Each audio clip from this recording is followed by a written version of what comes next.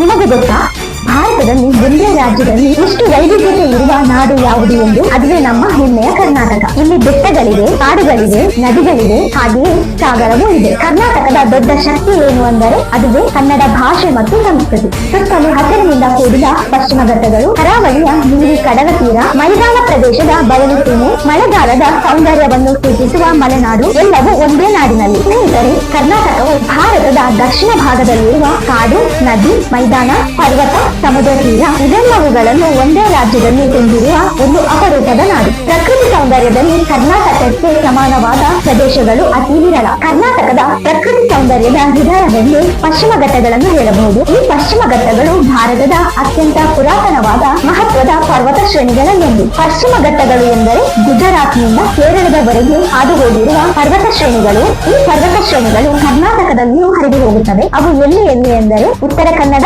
ಉಡುಪಿ, ದಕ್ಷಿಣ ಕನ್ನಡ, ಶಿವಮೊಗ್ಗ, ಚಿಕ್ಕಮಗಳೂರು, ಕೊಡಗು ಹಾಗೂ ಹಾಸನ ಜಿಲ್ಲೆಗಳಲ್ಲಿ. ಮುಖ್ಯವಾಗಿ ಗಮನಿಸಿದರೆ ಕರಾವಳಿ ಕರ್ನಾಟಕ ಹಾಗೂ ಮಲೆನಾಡು ಪ್ರದೇಶಗಳಲ್ಲಿ ಈ ಪಶ್ಚಿಮ ಘಟ್ಟಗಳು ಇವೆ. ಇನ್ನು ಕರ್ನಾಟಕದ ಪ್ರಕೃತಿ ಸೌಂದರ್ಯವನ್ನು ಹೆಚ್ಚಿಸುವ ಇಲ್ಲಿನ ನದಿಗಳು. ಈ ನದಿಗಳು ಪಶ್ಚಿಮ ಘಟ್ಟದಲ್ಲಿಯೇ ಉಗಮವಾಗುವುದರಿಂದ ಪಶ್ಚಿಮ ಘಟ್ಟವನ್ನು ಕರ್ನಾಟಕದ ನದಿಗಳ ತಾಯಿ ಎಂದು ಹೇಳಬಹುದು. ಕಾವೇರಿ, ತುಂಗಾ, ಭದ್ರಾ, ಶರಾವತಿ, ವರಾಹಿ ಹಾಗೂ ನೇತ್ರಾವತಿ ನದಿಗಳು ಪಶ್ಚಿಮ ಘಟ್ಟದಲ್ಲಿ ಉಗಮಿಸುತ್ತವೆ. ಈ ಪಶ್ಚಿಮ ಘಟ್ಟಗಳು ದಕ್ಷಿಣ ಮಾರುತಗಳಿಗೆ ಅಡ್ಡವಾಗಿ ನಿಂತಿರುವುದರಿಂದ ಮಲೆನಾಡು ಹಾಗೂ ಕರಾವಳಿ ಪ್ರದೇಶಗಳಲ್ಲಿ ಅತ್ಯಂತ ಹೆಚ್ಚಿನ ಮಳೆಯಾಗುತ್ತದೆ. ಆದ್ದರಿಂದ ಆಗುಂಬೆ, ಸಿರ್ಸಿ, ಸಿದ್ದಾಪುರಗಳಲ್ಲಿ ಅತ್ಯಂತ ಹೆಚ್ಚಿನ ಮಳೆಯನ್ನು ಕಾಣಬಹುದು. ಆಗುಂಬೆಯನ್ನು ಕರ್ನಾಟಕದ ಚಿರಾಪುಂಜಿ ಎಂದು ಸಹ ಕರೆಯಲಾಗುತ್ತದೆ. ಈ ಪಶ್ಚಿಮ ಘಟ್ಟಗಳು ಯುನೆಸ್ಕೋದ ವಿಶ್ವ ಪಾರಂಪರಿಕ ತಾಣವಾಗಿ ಗುರುತಿಸಿಕೊಂಡಿದೆ. ಜೋಗ ಜಲಪಾತ, ಆಗುಂಬೆ, ಚಿಕ್ಕಮಗಳೂರು, ಕೊಡಗು, ಹಾಸನ ಈ ಎಲ್ಲ ಸ್ಥಳಗಳು ಕರ್ನಾಟಕದಲ್ಲಿಯೇ ಅತ್ಯಂತ ಪ್ರಸಿದ್ಧವಾದ ಪ್ರವಾಸಿ ಆಕರ್ಷಣೆಯ ಸ್ಥಳವಾಗಿವೆ. ಈ ಪಶ್ಚಿಮ ಘಟ್ಟಗಳು ಭಾರತದ ಅತ್ಯಂತ ಶ್ರೀಮಂತ